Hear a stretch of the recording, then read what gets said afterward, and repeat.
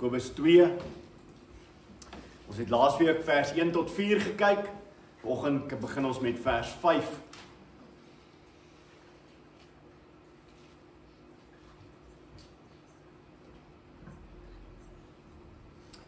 Kom ons bid dat die Heilige Gees vir ons die woord sal oopmaak.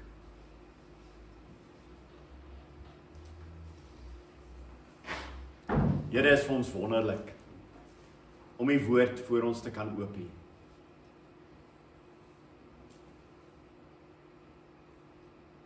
Wie is ons as mens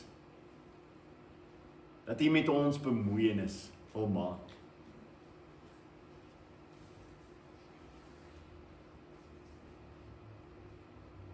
Dat ons U woord het in ons eie taal, Here, is vir ons so 'n voorreg. Het is vir ons wonderlik om elke dag die woord te bestudeer, te lees en te hoor hoe U met ons praat deur die woord. Ons weet, Here, dat U die lewende God is en dat U woord lewendig is, kragtig, skerper as enige tweesnydende swaard. Daarom weet ons, Here, in hierdie erediens dat U ons sal wond en dat U ons sal genees. Dat U ons sal sny.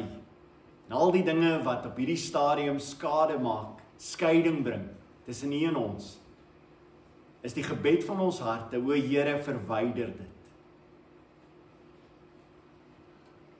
Verander ons. Ons bid dit in U naam. Amen. Jakobus 2, vers 5. Luister, my geliefde broers, het God nie die armes in die wêreld gekies om ryk in die geloof te wees nie, en om erfgename te wees van die koninkryk wat hy beloof het aan hulle wat hom liefhet nie. Maar julle het die arme oneer aangedoen. Is dit dan nie die rykes wat julle uitbuit? Is dit nie hulle wat julle voor die gereg sleep nie? Is dit nie hulle wat die goeie naam belaster wat oor julle uitgeroep is nie? Net tot sover. Ongelooflike gedeelte. Mag die Here werklik waar vir ons vanmôre seën deur sy woord. Hy begin om te sê, luister, luister, gee ag. 'n imperatief, 'n bevelsin. Jy beter luister. Vanmôre moet jy luister. As God se woord tot jou kom. Die ongelooflike van God se koninkryk, wat ook in hierdie gedeelte baie duidelik na vore kom, is dat God se koninkryk is 'n onderste bo koninkryk. Onderste bo koninkryk. So ek wil hê jy moet net gou saam met my, net dat jy dit weer vir jouself sê. Ons het 'n onderste bo koninkryk. Ons maak weer die Bybel saam oop by Matteus 5 en ons lees net saam hoe onderste bo is hierdie koninkryk. Matteus 5.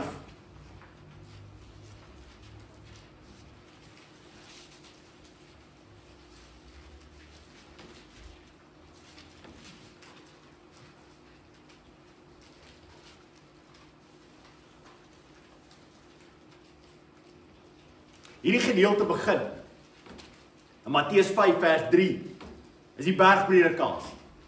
En hy begin om vir hulle te sê, gelukkig, Makarios, gelukkig is jy, en dis 'n ongelooflike geestelike woord wat sê 'n geluk en 'n vreugde wat van binne af kom.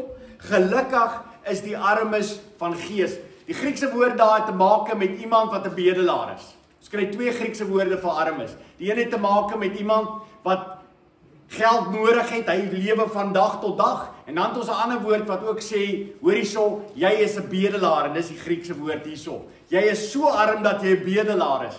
Gelukkig is die bedelaars van die gees, dit beteken, hulle is elke dag, besef hulle hoe afhanklik hulle van die Here is.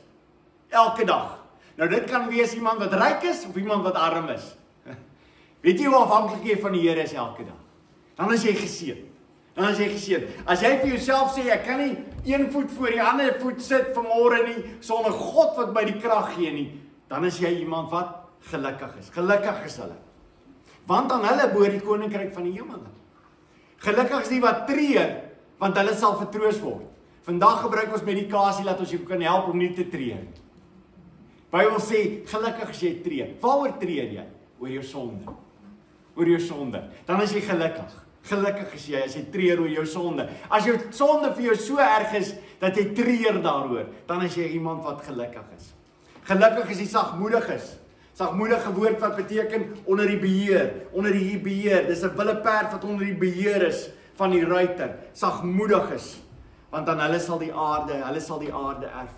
Dan gelukkig is die wat honger en dors na wat reg is. Want hulle sal versadig word. Hulle hele lewe gaan oor, Here, ek wil doen dit wat U eer. Ek wil doen dit wat reg is. Ek smag dit om te doen wat U woord van my vra. Die Bybel sê, mense soos hulle is gelukkig. Mense wat in hierdie wêreld lewe, waar Lot gesê word, dat sy siel die heeltyd gekenter was, getoets was as gevolg van die sonde van die wêreld. Want hy het gelewe tussen mense wat nie vir die Here wou lewe nie. Die Bybel sê, as jy iemand wat honger en dors na regtigheid. Gelukkig is die barmhartiges, die mense wat omgee vir ander, want hulle sal barmhartigheid ontvang. Gelukkig is die wat suiwer van hart is, want hulle sal die Here sien. Gelukkig is die wat vervolg word ter wille van geregtigheid, want aan hulle behoort die koninkryk van die hemele. Kan jy sien, alles is onderste bo. Mense sê, nee, kom vertel jou wie's gelukkig. Gelukkig is die persoon wat 'n vet bankbalans het. Gelukkig is die persoon wat mense van hom hou en artikels oor hom skrywe. Gelukkig is hierdie persoon wat medaljes ontvang. Gelukkig is hulle. Die Bybel sê, nee, hulle is nie gelukkig. Hulle is nie die persone wat gelukkig is nie. Gelukkig is die persone wat doen wat hulle Vader van hulle wil hê. Gelukkig is hulle. Nou, hierdie hele gedagte van die armes en die gedagte dat die Here niemand voortrek nie, beteken dit, ons praat nou oor die armes, beteken dit dat hulle meer voorgetrek word as die rykes. Want dan moet ons mekaar sê, dan is die Here weer eens onregverdig. Dis nie waaroor dit gaan nie. Die Bybelgedeelte hier wil vir jou vertel, om te kyk na die armes en te sê, kyk wat die armes ontvang wat in die Here is. Kyk hoe bevoorreg hulle is. Die wêreld sê, hulle is van minder belang, maar jou Vader sê, kyk hoe sorg ek vir hulle. Die beste om dit te verduidelik, is om te verduidelik in die hand van 'n regisseur, 'n skrywer, wat karakters aanstel vir hierdie boek wat hy geskryf het. En tussen die karakters, die akteurs, is daar sekere akteurs wat ryk is, en sekere akteurs wat arm is. Die armes trek 'n bietjie armer aan en die rykes trek 'n bietjie ryker aan, maar almal wat op die toneelstuk speel, is bewus van wat? Daar is een regisseur, daar is een skrywer, en almal van ons is in 'n rol geplaas wat sê, ons moet die regisseur verhoog. Ons moet die regisseur eer, met die manier wat hy ons geplaas het, waar hy ons plaas, in die rol waarin hy ons plaas, dat ons hom daarvoor sal verheerlik. So elke akteur wat besig is, kan nooit kyk na 'n ander akteur en sê, jou kleredrag is al maar armoedig nie, want ek weet, dis deel van sy rol. Vang jy dit? En ek dink dit is belangrik. Want die ewe skielik begin die kleredrag en dit wat daarmee saamgaan, begin ons te besef, dit is in die rol waarin die Here mense geplaas het. En wie wat so interessant is, hy sê in hierdie rol wat hy speel, hierdie toneelstuk wat hy in die wêreld verkondig, wat 'n toneelstuk is wat God verheerlik, in hierdie toneelstuk, die meerderheid akteurs het wat aan? Armoede kleretjies aan. Hoor jy dit nou? So die meerderheid van hulle wat die Here vir die rol laat speel, het almal armoede klere. Daar's ook ouens met ryk klere aan, want is almal deel van 'n ongelooflike lofprysing in ons lewens van die regisseur, die outeur van ons lewens. Dan kan ons nie neerkyk op ander mense nie. Hoekom? Want as ek neerkyk op iemand anderste, wie daai persoon in daai rol daar geplaas? God het dit gedoen. God het dit gedoen. In die oomblik as ek na iemand kyk en ek kyk neer op daai persoon, dan is ek besig om neer te kyk op die skrywer, en ons gaan daarby uitkom. Was daar ryk mense gewees in die Bybel gewees wat vir die Here gelewe het? Natuurlik. Barnabas het alles verkoop wat hy gehad het en hy het vir die Here gelewe. Saggeus Josef van Arimatea, die profesie wat vervul is, hy sal saam met die rykes in die graf wees. En Josef van Arimatea vervul daardie belofte, daardie karakter word uitgebeeld deur 'n ryk man wat sy grafplek opoffer vir die verlosser van die koning en die koning van die heelal, om daar begrawe te word. Ongelooflik, as ons kyk in hierdie verhaal, hoe God mense plaas in die posisie waarin hulle geplaas moet word.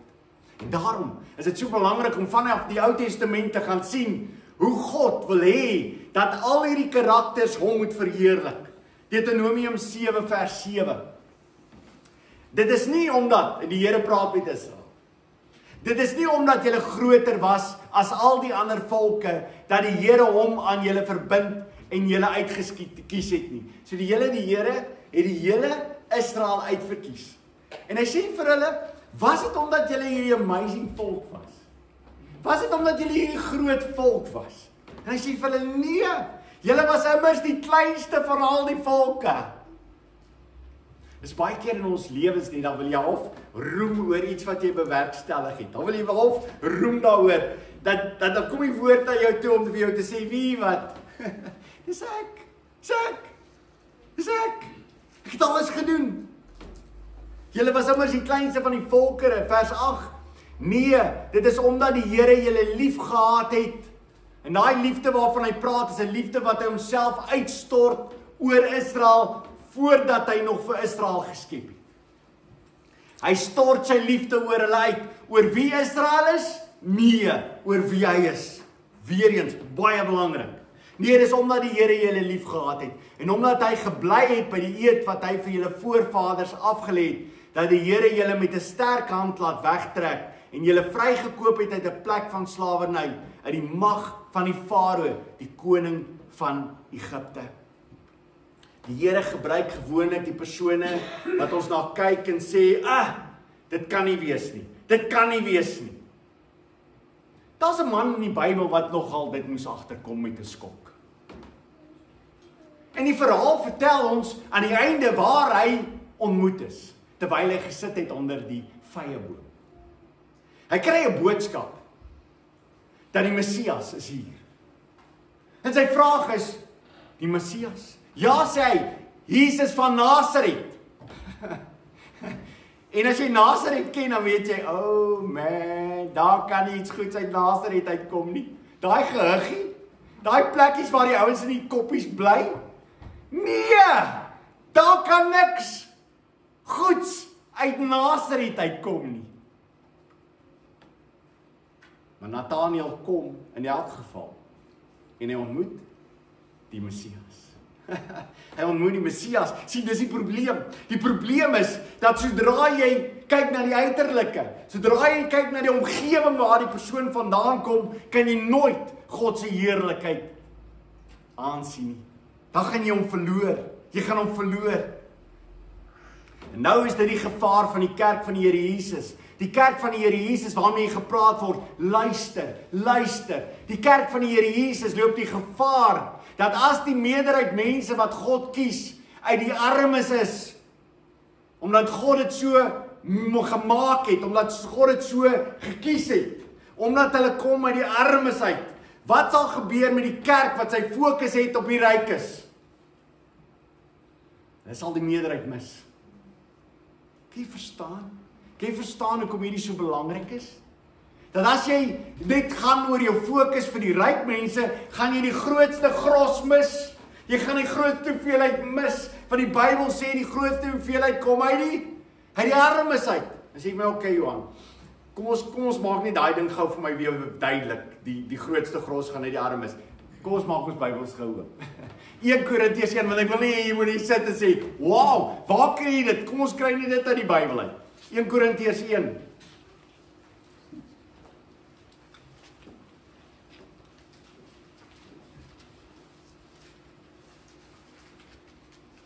Ek is mal oor hierdie teksvers. Elke keer as ek hierdie teksvers lees, dan wat met vir my, ek wil glimlag. Want ek kan hoor hoe Paulus dit vir die gemeente sê, en ek kan hoor hoe hulle na mekaar kyk en sê, ons het gedink ons is so verskriklik wonderlik, maar kyk 'n bietjie na ons. 1 Korintiërs 1. vers 26. Broers, slaan ag op julle roeping. Menslik gesproke is daar onder julle nie baie wyses. Nou hoe like jy dit? Onder julle is daar nie baie wyses nie, hoor, vanmôre. Daar is nie baie wyses hier vanmôre nie. Laat jou goed voel, hè? Hier is nie baie wyses nie. Goed, nie baie invloedrykes nie. Of mense van adelike afkoms nie. Gelukkig hier's niemand vanmôre nie. Okay, so ons kan daai ene sommer heeltemal skrap. Tensy jy van adelike afkoms is en jy wil graag vir my sê van watter prins jy afkom, kan jy na die tyd my kom sien. Dit gaan my glad nie beïndruk nie, maar jy kan in 'n geval vir my kom sê. Dan vers 27. Maar die dwaashede van die wêreld het God uitgekies om die wyses te beskaam. En die swakhede van die wêreld het God uitgekies om die sterkes te beskaam. En die onbelangrike en die veragtelike dinge van die wêreld het God uitgekies, dit wat niks is, om wat wel iets was, tot niet te maak. Sodat geen mens iets het, waarop hy voor God kan beroem nie. Okay, so almal van jou ons behoort nou op hierdie stadium lekker net afgesny te wees. Bokant jou knieë afgesny te wees en sê, hoorie, daar is niks in jou wat God as belangrik geag het toe hy jou gekies het nie. Niks nie. Daar is niks wat God gekyk het na jou en gesê het, in jou toekoms gaan jy iets wees en daarom het ek jou nodig nie. Die Here het 'n donkie gebruik en hy het gesê, donkie praat en die donkie het gepraat. Jy's almal 'n bietjie hoër vlak as 'n donkie, is dit nie? So daar's niks in jouself. Niks in jouself wat jy kan sê, daarom het die Here van my gekies nie. Daarom het die Here bemoeienis met my gemaak nie.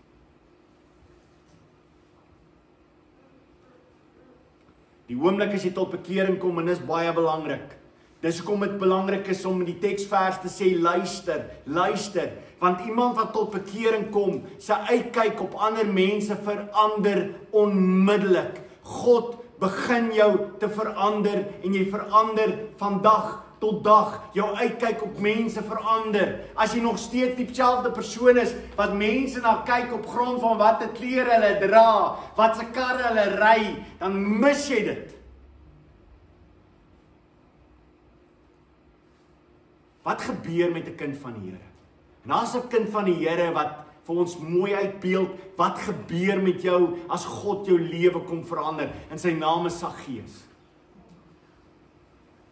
Saggeus was 'n belangrike man. Hy was 'n tollenaar gewees. En as jy weet van 'n tollenaar is, hy is 'n persoon wat vir die belastinggader werk. Maar hulle het sommer die belasting gevat ook. Ekstra.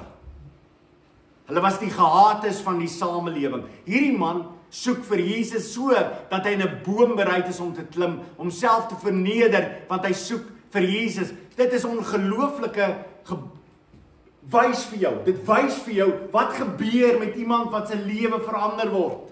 Hy klim in 'n boom, hy verneder homself. En wat gebeur aan die tafel? Aan die tafel staan hierdie man op en hy maak 'n belydenis, hy sê, Here, 50% van al my goed sal ek vir die armes gee. En as ek enigiemand ding gedoen het, sal ek vir hom 4-dubbel terugbetaal. Ewe skielik, wat gebeur met sy hart? Sy hart gaan uit na die armes. Sy hart gaan uit na die armes. Nou is dit ongelooflik in hierdie teksgedeelte, dat die Here vir jou wil wys, wat ontvang die kinders van die Here. En die armes, ontvang hulle dieselfde? Ontvang die armes minder? Die heel eerste is te maak met die rykdom in geloof. Kom ek vertel vir jou. Dis maar ongelooflik, dat die mense wat baie keer absoluut afhanklik is van die Here, van elke dag se brood, en ons het laasweek gekyk na die vrou wat 'n weduwee was, wat die laaste pennetjies ingegooi het. Dink jy, hoe was haar geloof? Het jy daai geloof? Het jy daai geloof? Het jy daai geloof om die laaste bietjie wat jy het in die bord te gooi en te sê, Here, ek is totaal afhanklik van U. Daarom sê die Bybel die rykdom van die geloof. Hy het die armes die rykdom van die geloof gegee. Want jy moet elke dag in jou lewe moet jy afhanklik wees van die Here.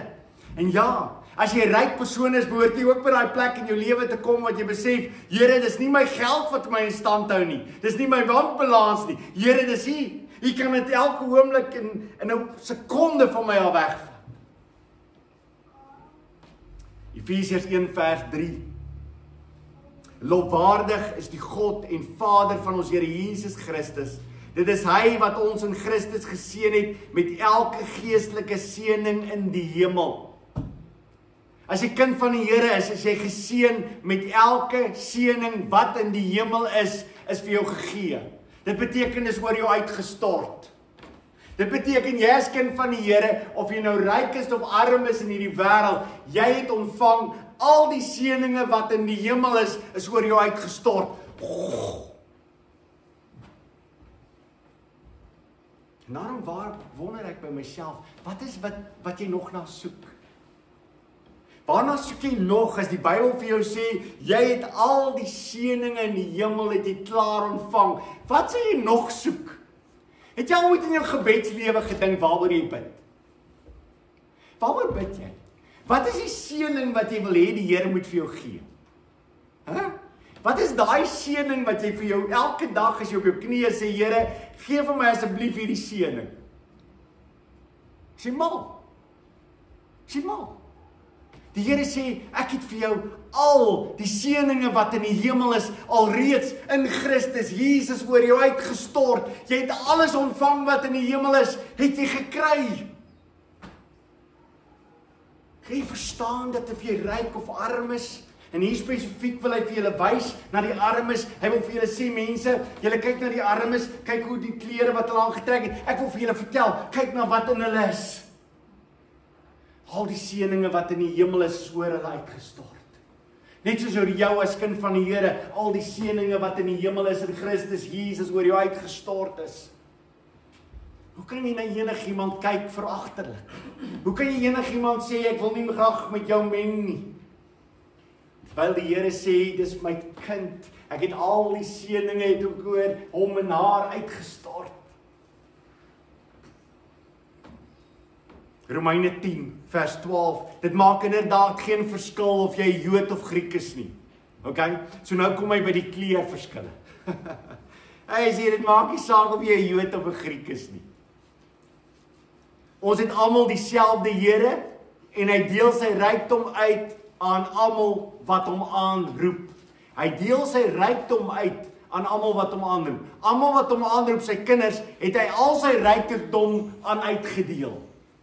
Hy deel sy rykdom aan jou uit. As jy kind van die Here is, ontvang jy elke dag van God se rykdom.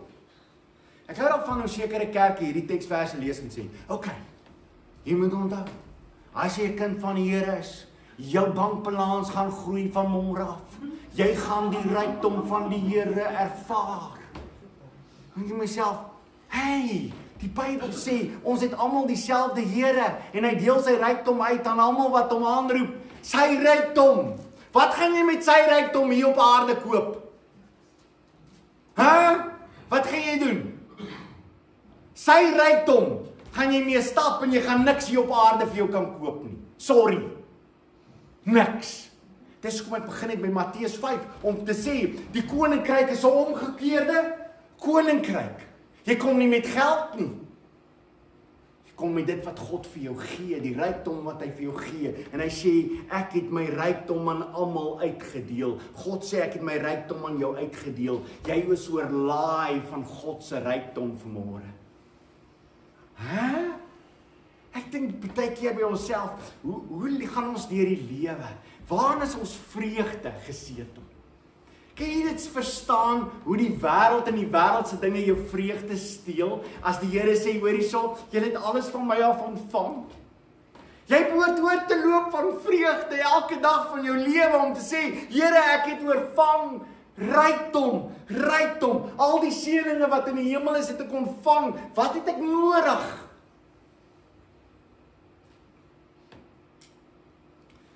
Paulus skryf vir die gemeente in 2 Korintiërs 6. As bedroefdes, hy vertel vir hulle wat hy is in hierdie gemeente, as bedroefdes, maar altyd blymoedig.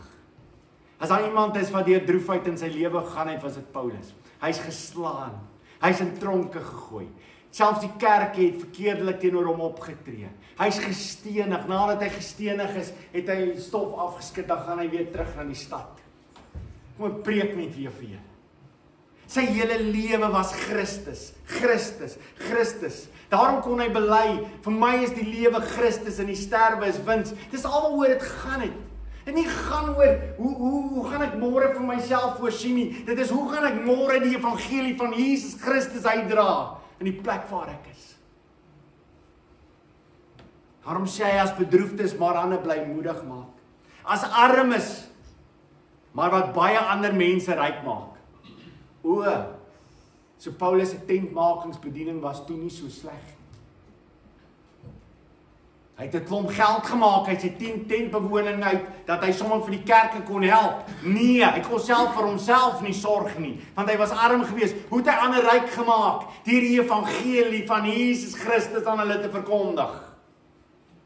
Van die oomblik as hulle Christus aanvaar het, was hulle die rykstes van alle mense. Is dit so?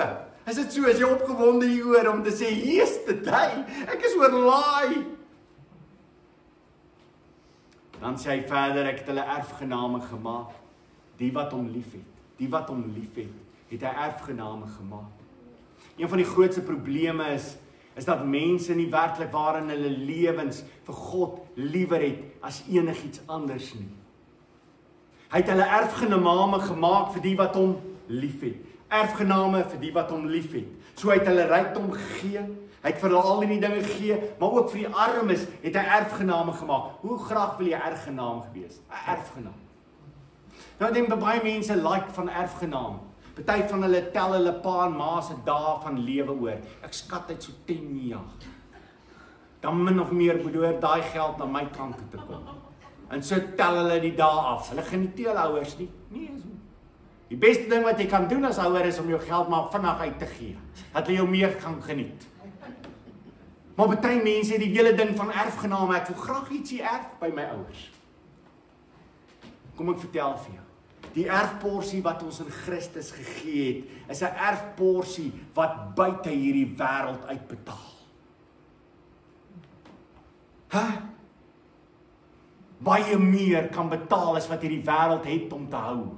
Betaal hy. En wie wat die amazing van God se erfporsie?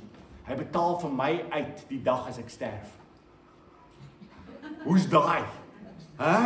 Vir my, die oomblik as ek sterf, dan ontvang ek my erfporsie. Ouens, hier goed is amazing. It's amazing. As kinders van die Here, as jy hierdie boodskap hoor en jy sê, luister, dan sit jy daar en sê, dit is wonderlik.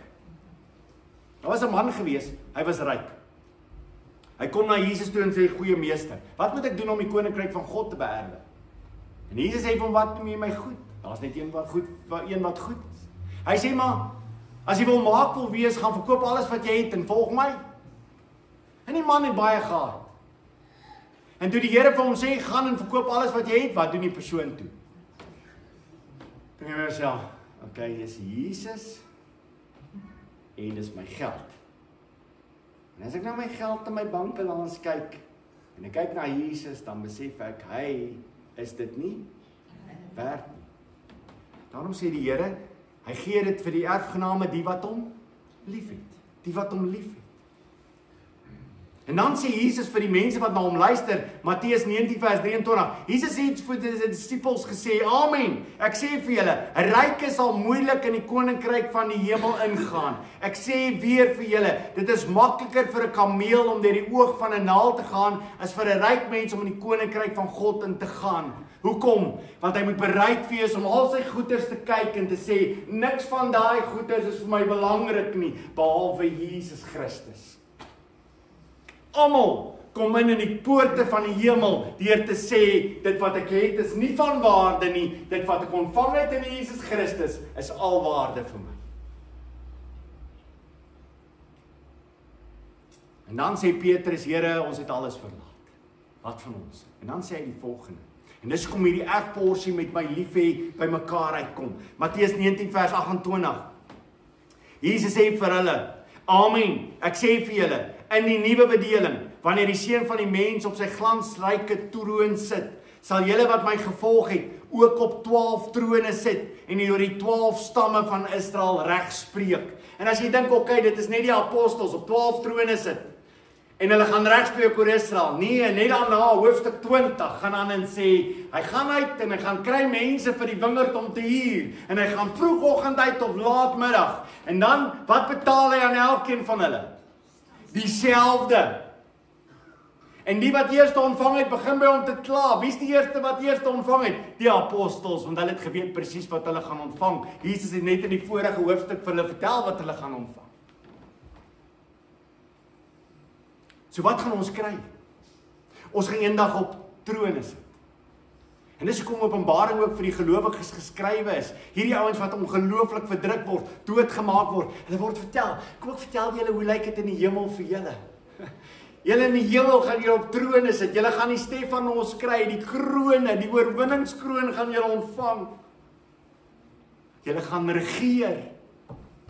En dan vers 29 van Matteus 19. En elkeen wat huise of broers of susters of vader of moeder of kinders of grond agtergelaat het ter wille van my naam, sal 100 maal soveel in die ewige lewe erf.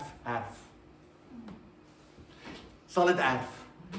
Die persone wat alles in hierdie wêreld, tot hulle broers en hulle susters, hulle maas en hulle paas, alles wat hulle het, besluit het weer, ek is bereid om alles op te gee. Hulle sal eendag die ewige lewe erf. Wat 'n ongelooflike gedagte. Wat 'n voorreg om as kind van die Here te leef en te kan weet, dat dit wat ek het in Christus Jesus, kan niemand ooit van my wegvat nie. Kan jy verstaan hoekom 'n kind van die Here kan rustig wees in hierdie wêreld van ons lewe? Want niks van wat van waarde is, kan jy van my vat. Die politiek van die land kan niks van my vat wat van waarde is. Niks. Alles wat ek het in Christus Jesus is meer as enigiets wat in die wêreld is. En daarom die wêreldse dinge gaan verby, maar Here, U woord bly ewig. Daarom sê Romeine 8 vers 17, maar as ons kinders is ons ook erfgename van God en mede-erfgename met Christus, mits ons inderdaad saam met hom ly, sodat ons ook saam met hom verheerlik kan word. Het jy my lief? Want as jy my lief het en jy volg my, gaan jy deurgaan wat ek deurgaan. Jy gaan ook ly. Die mense gaan jou ook haat in hierdie wêreld. Hulle gaan slegte dinge van jou sê. Hulle gaan skinder van jou. Maar onthou, ek het vir jou alles gegee, klaar. Die armes kan altyd onthou, en so ook jy, en so ook ek, want ek is skatryk, kan onthou dat die Here vir ons almal dit gee. En weet jy wonderlike, in die koninkryk van die hemel is daar geen meer arm en ryk karakters nie. Daar's nie meer akteurs, ryk en arm nie. Maar as jy in die koninkryk kom, ontvang jy daar oorvloed. Luister wat sê Jesus vir sy volgelinge in Johannes 14. Hierdie is my 'n mooi gedeelte. Johannes 14, hy vertel vir hulle dat hy weggaan en die Gees kom. Die Heilige Gees sal kom. En dan sê hy die volgende, Johannes 14 vers 1. Laat julle harte nie ontsteld wees nie, want hulle weet hy gaan weg. Glo in God, glo ook in my. In die huis van my Vader is daar baie woonplek. As dit nie so was nie, sou ek dit nie vir julle gesê het nie. Ek gaan om vir julle plek voor te berei. Het jy dit gesien? Jy dink aan jou ou huisie. En jy dink jou huisie is wonderlik. Hy's gemaak van baksteen. En weet jy ongelooflike van 'n huis? Dis elke jaar se maintenance. Elke jaar moet jy regmaak. Hierdie is niks in vergelyking nie. Hierdie is ewig. Hy sê, ek gaan om vir julle plek voor te berei. Vers 3, en as ek gegaan het en vir julle plek voorberei het, kom ek weer en sal julle na my toe neem, sodat julle ook kan wees waar ek is. Die Here is bly besig om 'n plek voor te berei. Vir elke gelowige, presies vir jou voor te berei. Dis my ongelooflike. In die hemel is dit nie ewe skielik almal van ons is net dieselfde nie. Dan mis jy dit. As jy Openbaring lees, dan kom jy agter, daar gaan ook nasies en volkere wees in die hemel. So baie mense sê, ek gaan nie hemel toe, as daar sulke ouens is nie. Kom ek sê vir jou, in die hel is hulle meer. Maar wie wat, in die hemel, gaan daar al hierdie verskillende mense gaan daar wees. En die ongelooflik is, elkeen van ons sal 'n nuwe naam, ons naam sal gegraveer wees, op steen. So almal van ons gaan uniek wees. Dis nie almal is dieselfde nie. Party mense het die beeld van, ons is in die hemel, almal speel harp en almal is dieselfde. Nee, ons is almal uniek. Almal is uniek. God het ons so gemaak. En wie wat? Hy berei 'n plek vir jou voor, vir jou. Spesifiek vir jou, uit jou in gedagte. Vandag is God besig om vir jou 'n plek voor te berei, vir jou. En jy sit hier op aarde en sê, "Jesus, dit gaan nou maar smarie."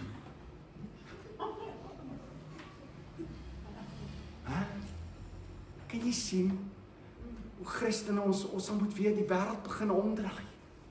Ons moet weer begin na die wêreld kyk na God se oë, deur God se oë en te sê, Here, dit wat vir my werd is nie vir my werd nie, want alles het ek ontvang in Christus Jesus.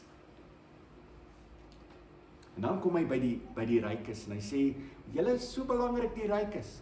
Die rykes, is dit nie hulle? Is dit nie die rykes wat julle besig is om julle swaar te behandel nie? Is dit nie die hooggeplaastes nie?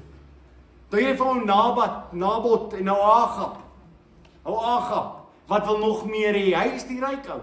Hy wil nog meer hê. Hy wil nog meer wingerde hê. Hy sien hier so mooi, hier is 'n pragtige wingerd en hy wil wat wil hy by hom hê? Hy wil sy eie groentetuin hê. Het jy ooit? En nou gaan hy en hy gaan lê op die bed en hy huil. Sy vrou sou in hierdie tyd sou sy vir hom 'n pilletjie gevat. Want hy is verskriklik depressief. Terwyl hy daar lê in hierdie toestand waarin hy is. En sy vrou sê vir hom, "Wat is fout, my lam?" Sy het nie regtig dit gesê nie, maar ek dink sy was enig van daai karakter wat dalk gesê het, "My lam" nie. Sy het dalk ander dinge van hom gesê. Maar terwyl sy daar aankom, sê sy, "Hoor hierso, kom ek het 'n plan vir jou, wees rustig, gaan eet man." En hy, soos ou Agab is, gaan eet. Sy vrou hanteer die dinge. En daar gaan sorg sy dat daar 'n klomp mense bymekaar kom van die vooraanstaandes in die dorp. En daar's 'n paar skerminkel saam met hulle en hulle sê wat Nabot het God gevloek. En toe maak hulle vir Nabot dood. Dis altyd. Dis wat meer hê. So die Bybel sê, is dit die rykes wat julle wil hê? Kyk na die rykes. Hulle wil net nog meer hê. Hulle byt julle uit. Hulle sleep julle voor howe. Hulle sleep julle voor howe.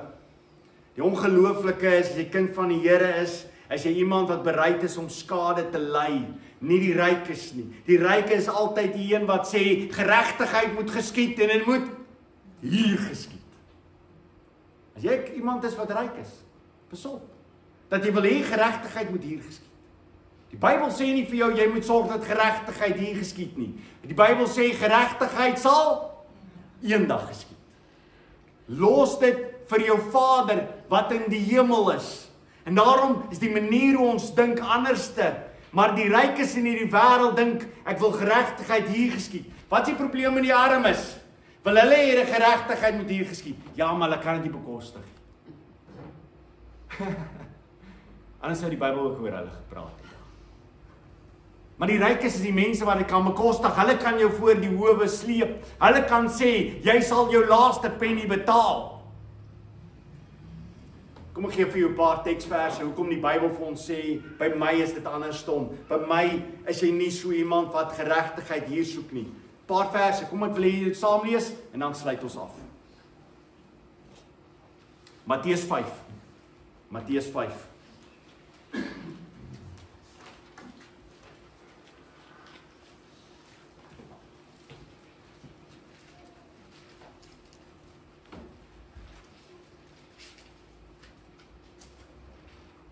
Matteus 5 vers 40.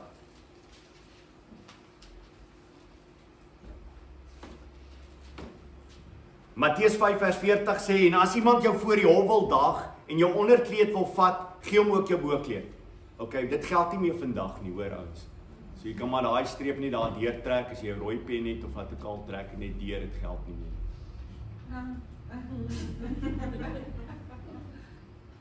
Hoor jy wat dit sê? Hoor jy wat dit sê? Ons het 'n probleem. Ons het 'n probleem want wie wat hoor ek gereeld? Christene sal vir 'n ander Christen sê, "Hoe het jou ingedoen?" Vat hom hof toe, man. Vat hom hof toe. Ek sê vir jou, hy sal die laaste deel betaal, man. Hoe ek tog daar staan en as iemand jou voor die hof wil daag en jou onderkleed wil vat, dan gee jy hom ook jou bokleed. Jy wil jou onderkleedjie hê. Is nie veel werk nie. Kom ek gee jou my bokleed. Jy sal nie glo nie, maar daai ding geld nog steeds vandag. Geld nog steeds. En miskien sê jy vir my Johan, okay, is dit daar nog 'n plek in die Bybel? Kom ek lees maar net nog 'n plek, dat jy net seker maak ons is op dieselfde bladsy. 1 Korintiërs 6. 1 Korintiërs 6.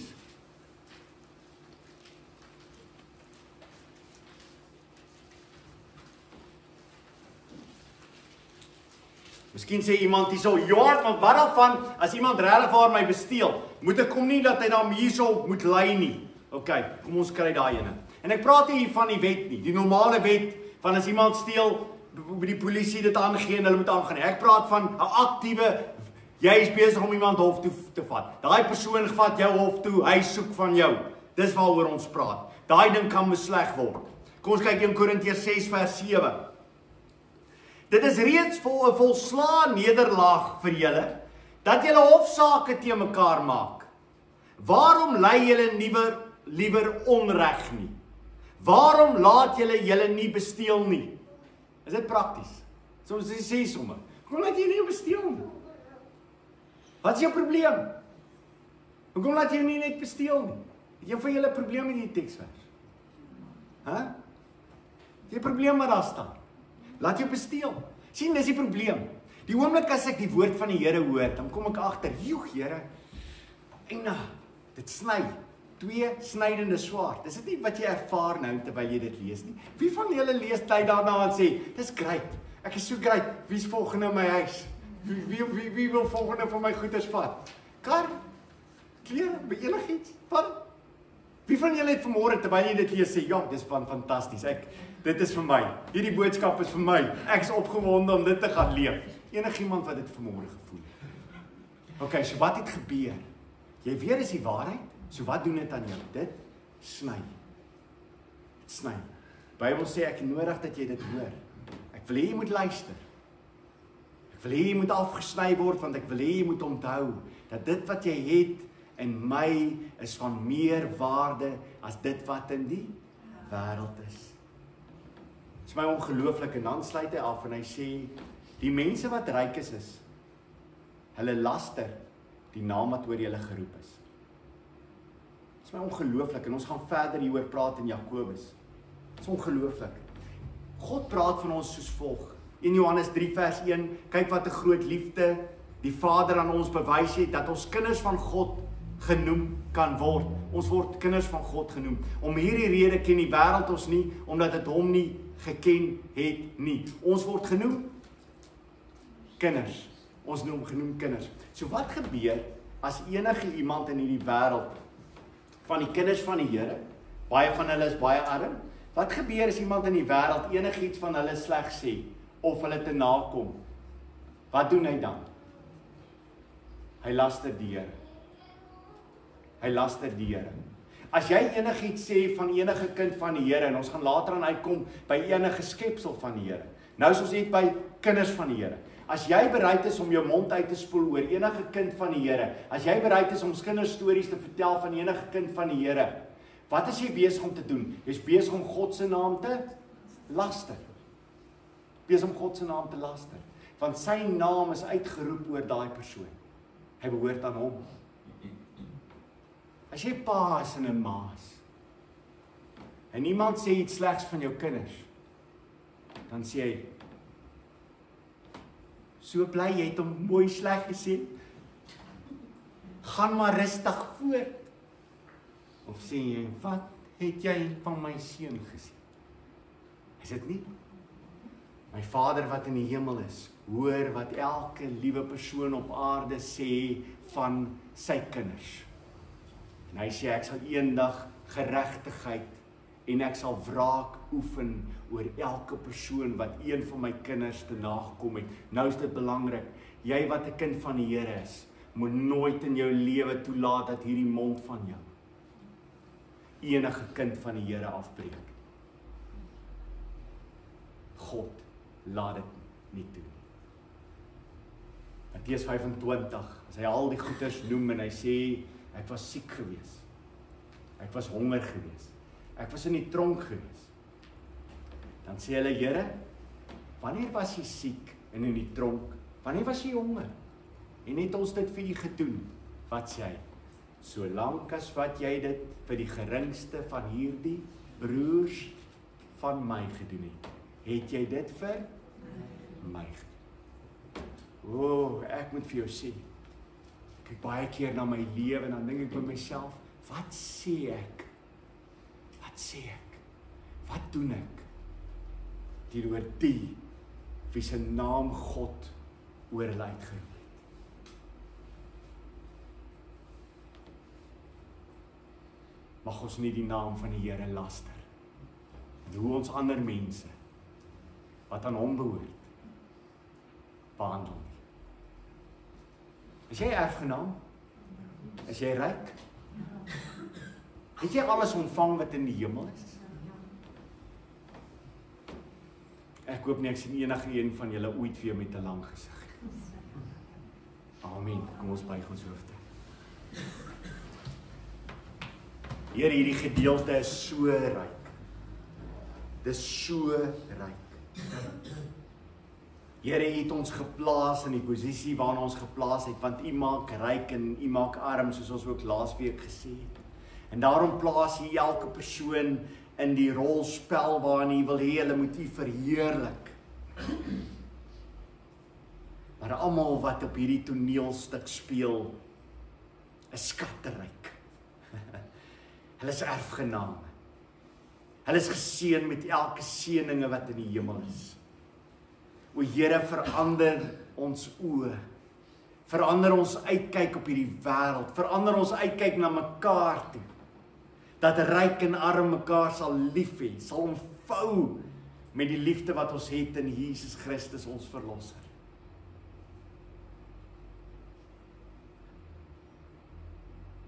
O Here, is vir ons so wonderlik om te dink dat hierdie skepper van die hemel en die aarde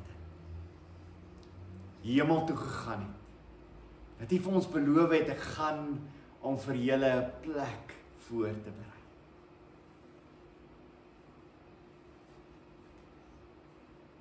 O Here, ons het so vasgevang geraak in hierdie wêreld en hierdie wêreldse dinge, dat ons vergeet het wat van belang is.